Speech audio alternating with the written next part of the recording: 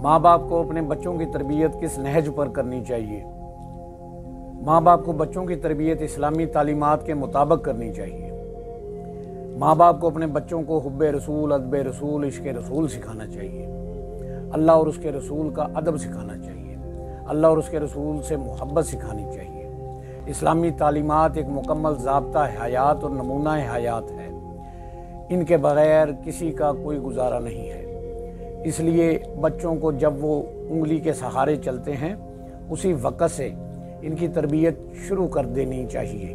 और हमारे लिए सबसे बेहतर उसवा हसना नबी पाक सल्लल्लाहु अलैहि वसल्लम की ज़ाते गिरामी है, ताकि जब वो अपने सहारे चलने लगें तो उस वक़्त तक उन पर नेकी और हुब्बे रसूल गालिब आ चुकी हो और वो शैतान से महफूज हो चुके हों। इनमें इस कदर जज्बा इस्लामी आ गया हो कि शैतान उन पर अपना असर व रसूख ना डाल सके, ताकि वो एक अच्छे मुसलमान मोमिन बन सकें और उनकी दीनों दुनिया दोनों कामयाब हो सके। आमीन।